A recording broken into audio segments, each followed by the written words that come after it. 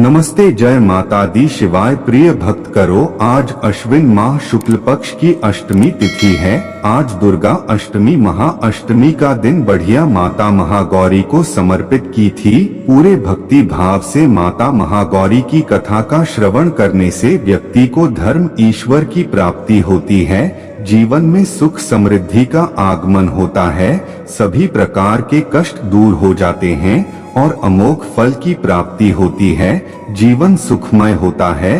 तो आज मैं सुना रहा हूँ नवरात्रि में माता महागौरी की बड़ी ही दुर्लभ तथा पौराणिक कथा। तो आप सभी इन कथाओं को बड़ी श्रद्धा तथा प्रसन्न चित्त मन से सुनिएगा। एक बार नारद जी के उकसाने पर पति भगवान शिव से जीत कर लगी कि उनके गले में जो मोती की माला है उनका रहस्य क्या है। जब काफी समझाने पर भी तो भगवान शिवराज खोल दिया ने पार्वती जी से कहा कि इस मूंगे की माला में जितने भी मुद्दे यानी स्थिर है।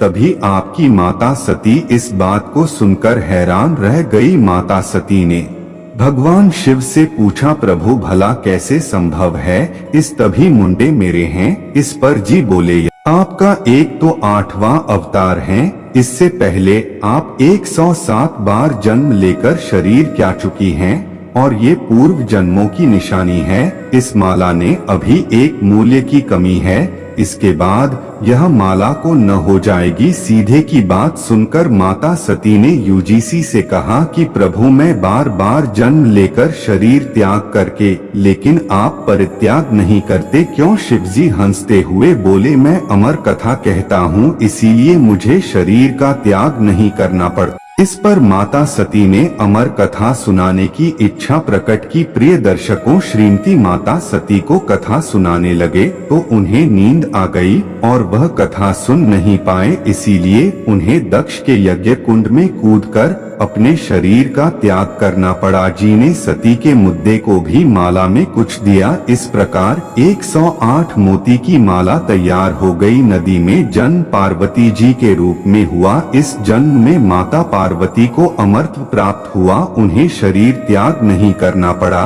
और कथा के अनुसार माता महागौरी का चयन की राज के घर हुआ था। कहा जाता है भविष्य अपनी पहली पत्नी देवी पति की मृत्यु के कारण गहरी तपस्या ने ध्यान में चली गई थी। अपने ध्यान से बाहर आने से इनकार कर दिया। कई वर्षों तक सभी सांसारिक मामलों से दूर लें। इसी बीच तारकासुर नामक एक राक्षस देवताओं को परेशान कर रहा था। देवताओं के अनुरोध पर देवी सती ने हिमालय की पुत्री माता दूसरे के रूप में जन्म लिया। उन्हें माँ पार्वती भी कहा जाता था। माता पार्वती ने भगवान शिव को पाने के लिए कठोर तपस्या किया। उन्होंने सभी सांसारिक सुखों को भी त्याग दिया था क्योंकि वह राजकुमारी थी, लेकिन उन्होंने राजकुमारी की तरह रहना स्वीकार नहीं किया और बिना अन्न जल ग्रहण की उन्होंने सिंह जी की घोर तपस्या की।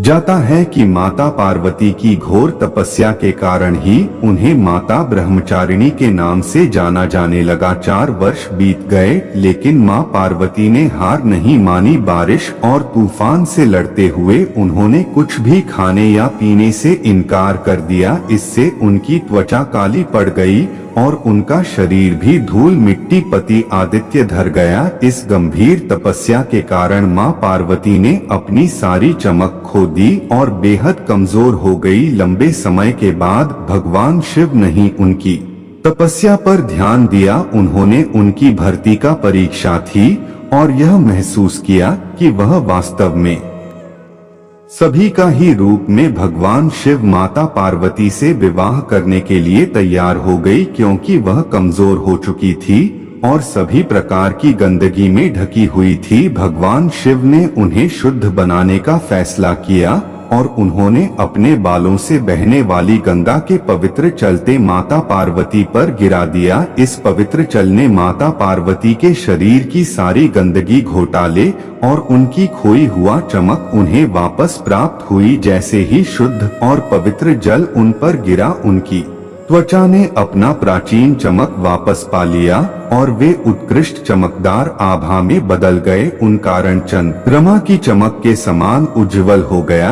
जिससे महादेवी उनका नाम महागौरी रखा। तभी से उनका नाम महागौरी पर गया। जो दूधिया सफेद रंग गौर वर्ण वाली थी, संघ का चंद्रमा और सुंदर फूल की सफेदी उनके सुंदर उत्तम सौंदर्य का मुकाबला नहीं कर सकती। सफेद साड़ी में लिपटी हुई आभूषणों से सुसज्जित एक सफेद पहल पर हब के रूप में बैठी थी। हजारों सूर्य की चमक से चकाचौंध हो रही है। चतुर्भुजी 4 भुजाओं वाली होने के कारण वह 2 हाथों में त्रिशूल और डमरू रखती हैं, जबकि उनके अन्य 2 हाथ अब है और वह मुद्रा में प्रदर्शित हैं। महागौरी की पूजा उनके भक्तों की आत्मा को शुद्ध करने, उनके पापों और अशुद्धियों को धोने की क्षमता के लिए की जाती है। इनकी पूजा तथा कथा का श्रवण करने से सभी प्रकार के कष्ट दूर हो जाते हैं और अमोघ फल की प्राप्ति होती है। वैवाहिक जीवन सुखमय होता है, धन ऐश्वर्य की प्राप्ति होती है। एक बार प्रेम से बोलिए जय महागौरी, ओम नमः शिवाय। अब आइए सुनते हैं। एक समय की बात है, माँ भगवती को मानने वालों के से एक राजा स्पर्श भी थी। वो दिन रात उनकी पूजा अर्चना में लीन रहती थी। राजा को किसी चीज की कोई कमी नहीं थी, बस उन्हें बच्चे की इच्छा थी। सालों से बच्चा न होने के कारण राजा कुछ निराश रहा करता था। एक दिन राजा की भक्ति से प्रसन्न होकर माँ भगवती ने सपने में आकर उसे 2 बेटी होने का वरदान दिया। आशीर्वाद मिलने से कुछ समय बाद राजा के घर 2 कन्याओं ने जन्म लिया। बेटी उत्पन्न होने की खुशी में राजा ने सबको दावत और की जन्म कुंडली बनवाने के लिए पंडितों को बुलवाया। सबने राजा से एक ही बात कहा कि यह 7 छाती भी का रूप है, जहाँ भी इसकी कदम पड़ेंगे खुशियाँ ही खुशियाँ आएंगी। यह भगवती देवी की भर्ती होगी। इतना सब कहकर पंडितों ने लड़की का नाम तारा रख दिया। कुछ समय बाद मंगलवार के दिन राजा के घर एक और बेटी पैदा हुई। ज्योतिषियों ने उसकी भी कुंडली बनाई और उदास हो गई। राजा ने जब उनसे उदासी का कारण पूछा तो ज्योतिषी ने बताया कि यह लड़की आपके जीवन में खूब सारा दुख लेकर आएगी। कि राजा ने ज्योतिषी से पूछा कि आखिर मैंने ऐसे कौन से खराब कर्म किए थी कि इसने मेरे घर जन्म लिया, जो के सोने तथा आया कि आपकी दोनों बेटे राजा इंद्र के अप्सराएं हुआ करती थी। इसमें से सबसे बड़ी बहन का नाम और छोटी का नाम रुखकम। एक दिन ये दोनों मिलकर धरती की सैर करने के लिए गई। दोनों ने ही वहां पहुंचकर एकादशी के दिन का व्रत रखा। तारा ने अपनी छोटी बहन से कहा कि आज एकादशी का व्रत, इसीलिए बाजार जाकर कुछ ताजे फल लिखा, लेकिन वहां कुछ खाना मत, रुखकम बाजार खा लेने के लिए चली है। तो वह उसे मछली के पकोड़े देखी, उसने झट से उसे खा लिया और अपनी बहन के लिए कुछ फल ले आई। रुक्मणी तारा से पूछा कि तुम अपने लिए फल क्यों नहीं लाई? उसने जवाब दिया कि वह मछली के पकोड़े खाकर आई है। तारा ने कहा, तुम पापिनी, एकादशी के दिन तुमने मछली खाली खराब करने के लिए मैं तुम्हें छिपकली बनने का श्राप दे दी। अब उसी जंगल में तारा की बहन छिपकली बनकर रहने लगी। एक जाने माने ऋषि गुरु गोरख भी अपने कुछ शिष्यों के साथ रहती थी। उनके शिष्यों में एक बहुत ही घमंडी सिर्फ तथा अपने घमंड के चलते वो से स्थित कमांडर ने पानी भरकर एकांत में बैठकर तपस्या करने लगा। तभी एक प्यासी गाय वहां आ गई। उसने सीधे अपना हो उसका मंडल में डाल दिया और पानी के लिए पानी पीने के बाद जैसे ही का अपना मुंह बाहर को निकालने लगी तो का नीचे गिर गया और इससे का ध्यान भंग हो गया। मैंने देखा कि गाय पानी पी गई है। कुछ से ने ऋषि ने गाय को एक चिमटे से बुरी तरह कर दिया। इस बात की जानकारी जब गुरु गोरखनाथ को पड़ी तो वह तुरंत गाय को देखने के लिए गए। जैसे ही उन्होंने गाय की हालत देखी वैसे ही उसने गुस्से घमंडी जिस्से को आश्रम से निकाल दिया। कुछ दिनों बाद गांव माता पर किए गए उस अत्याचार से होने वाले पाप को कम करने के लिए उन्होंने एक यज्ञ करवाया। इस यज्ञ के बारे में गाय को चिमटे से मार वाले घमंडी से को भी पता चला। वो सीधे पक्षी का रूप धारण करके यज्ञ स्थल पर आ गया और भोजन में अपनी चोंच से मरा हुआ सांप डाल दिया। किसी को इस बात की खबर नहीं हुई। ये सब होते हुए मिलने वाली छिपकली रूपी दुख कम देख लेती है। उसके मन में हुआ कि इसे खाकर सारे लोग मर जाएंगे। लिए भारतीय सबकी जान बचाने के लिए छिपकली बनी रुख कम सभी लोगों के सामने भोजन में गिर गई। लोगों ने छिपकली को खूब कोसा और वतन को खाली करने लगे। उसी वक्त भंडारा करने वालों को खाने में बराबर साफ दिखाई दिया। तब कहीं जाकर सबको समझ में आया कि छिपकली सबकी जान बचाने के लिए जानबूझकर भोजन में गिरी थी। एक छिपकली होने के बावजूद भी इतने अच्छे विचार होने की वजह से दिया के में मौजूद सारे महत्वपूर्ण लोगों ने कहा कि हमें छिपकली की मुक्ति के लिए प्रार्थना करनी चाहिए। भक्तगण, अब पंडित ने राजा से बताया कि सबके प्रार्थना से ही वो छिपकली तीसरे चरण में आप जैसे प्रतापी राजा के घर बेटी के रूप में पैदा हुई है। वहीं तारा ने दूसरे जन्म तारामती के रूप में लिया और अयोध्या के राजा हरिश्चंद्र से विवाह किया। इतने सब बातें कहने के बाद पंडितों ने राजा स्पर्श को रुख कम को मानने की सलाह दी। इस बात पर राजा बोले, मैं किसी पुत्री को कैसे मार सकता, ऐसा करना होगा। फिर ज्योतिष ने कहा कि एक संदूक में सोना चांदी लगवाकर उसके अंदर लड़के को रख देना और संतों को पानी में बहा दें। उसने लगा हुआ सोना चांदी देखकर लोग नदी से दूध जरूर निकालेंगे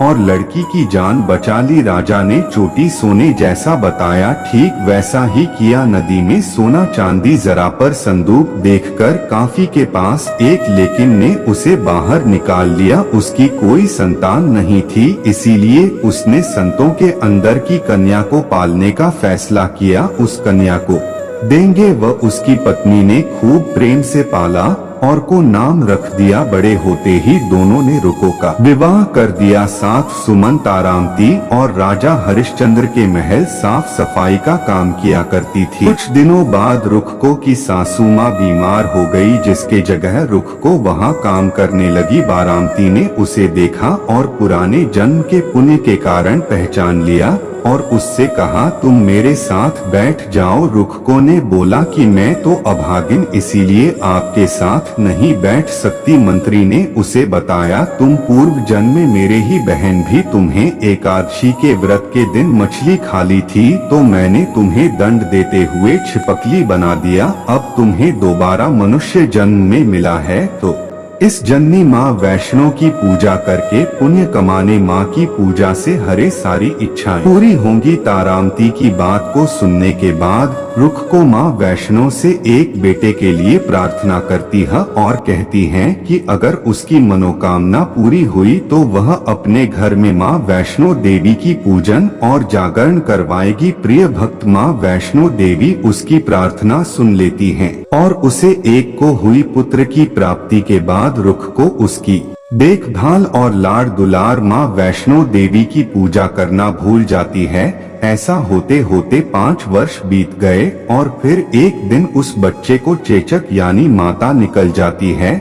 ऐसी सिर्फ कर परेशान तो अपने पिछले चल रहे हैं। पति के घर जाकर उन्हें इस समस्या के बारे में बता दें। जब बारामती ने पूछा, वैश्विक ऊर्जा कोई फिल्म नहीं के बावजूद भी रुको गुयाना लाएं और मन में मार्च से कहा कि मनुष्य के होते ही वह अपने घर में ज्यादा रवाना बाद अगले के उसका पूरी तरह ठीक हो जाता है। को की बात कहते हैं कि तुम यही 5 रुपए दे दूं, हम मंदिर में ही जागरण करवा देते हैं। मुझे पता था कि मैं हाँ, लेकिन आला रे आला हाँ जागरण करवा आती है, आपको भी नहीं। महिला विमर्श करने का पूरा मामला आपके अपने हैं। जागरण करवाने के लिए तैयार को अपनी बहन रानी तारामती के पास जाती है।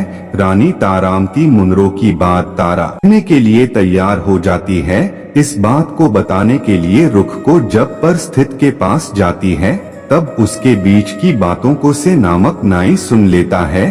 फिर वह राजा हरिश्चंद्र को जाकर सारी बातें बता देता है। राजा के मन में हुआ कि रानी को नीची जाति वालों के घर जागरण में नहीं जाना चाहिए। इसी वजह से वो अपनी अंगुली काट लेती हैं, जिससे उन्हें नींद न आए और रानी जागरण में न जा सके। जब जागरण का समय होता है, तभी राजा को जागते हुए देखकर मन माँ वैष्णो देवी से प्रार्थना करती हैं कि महाराज को नींद आ जाए ताकि मैं जागरण में जा सके। रहने की प्रार्थना की कुछ ही देर बाद नींद में रहने वाले रोशनदान से रस्सी बांधकर महल के नीचे आकर रुक्को के घर चली जाती है।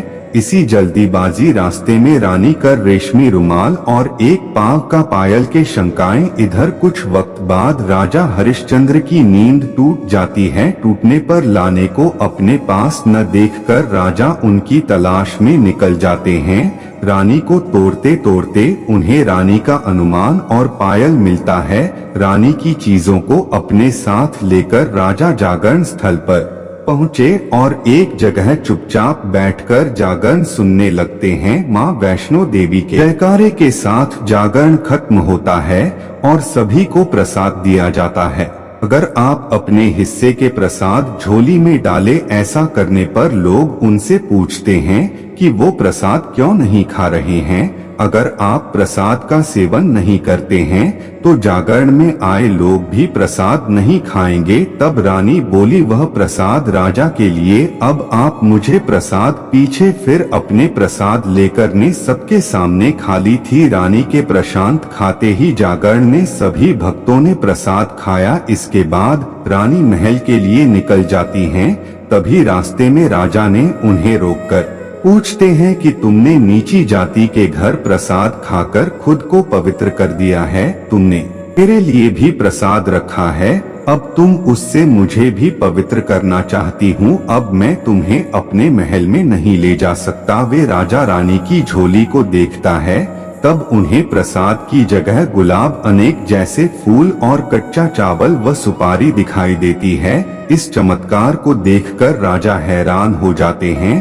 राजा चुपचाप रानी को अपने साथ लेकर महल पहुँचे। वहाँ रानी बिना किसी चीज के राजा के सामने दीपक जलाकर राजा हरिश्चंद्र को हैरान कर देती हैं। है महाराज, माता के दर्शन करने के बहुत बड़ा त्याग करना पड़ता है, इसीलिए आपको अपने बेटे रोहिताश की बलि देनी होगी। माथुर का आपको साथ जानकर संधि की यह सुनकर राजा के मन में मां के दर्शन की इच्छा होने लगी। इसके लिए राजा ने अपने पुत्र की बलि दे दी। बलि देने के बाद माथुर का सिर पर सवार होकर प्रकट हो जाती है। उन्हें देखकर राजा हरिश्चंद्र काफी खुश हो गए और मां दुर्गा ने तुरंत राजा की बेटी को जीवित कर दिया। इस चमत्कार को देखकर राजा हरिश्चंद्र प्रसन्न हो गए हैं कि राजा ने मां की पूरी विधि से पूजा करके उनसे गलतियों की क्षमा मांगी। मां दुर्गा ने भी राजा को खुश रहने का आशीर्वाद दिया और अंतर्ध्यान हो गई। तब राजा ने रानी तारा से कहा कि मैं बहुत प्रसन्न हूँ, मुझे पत्नी के रूप में आप मिली है। थी राजा हरिश्चंद्र, तारा रानी और रुखकम तीनों अपनी मनुष्य योनि से छुटकारा पाकर देवलोक में चली जाती हैं। प्रेम से बोली जय माता रानी महामारी। ओम नमः शिवाय, ओम नमः शिवाय। विपाक करो माँ, जय जगत जननी। उम्मीद करते हैं दोस्तों आपको यह कथा पसंद आए तो वीडियो को लाइक, शेयर और सब्सक्राइब जरूर करिएगा।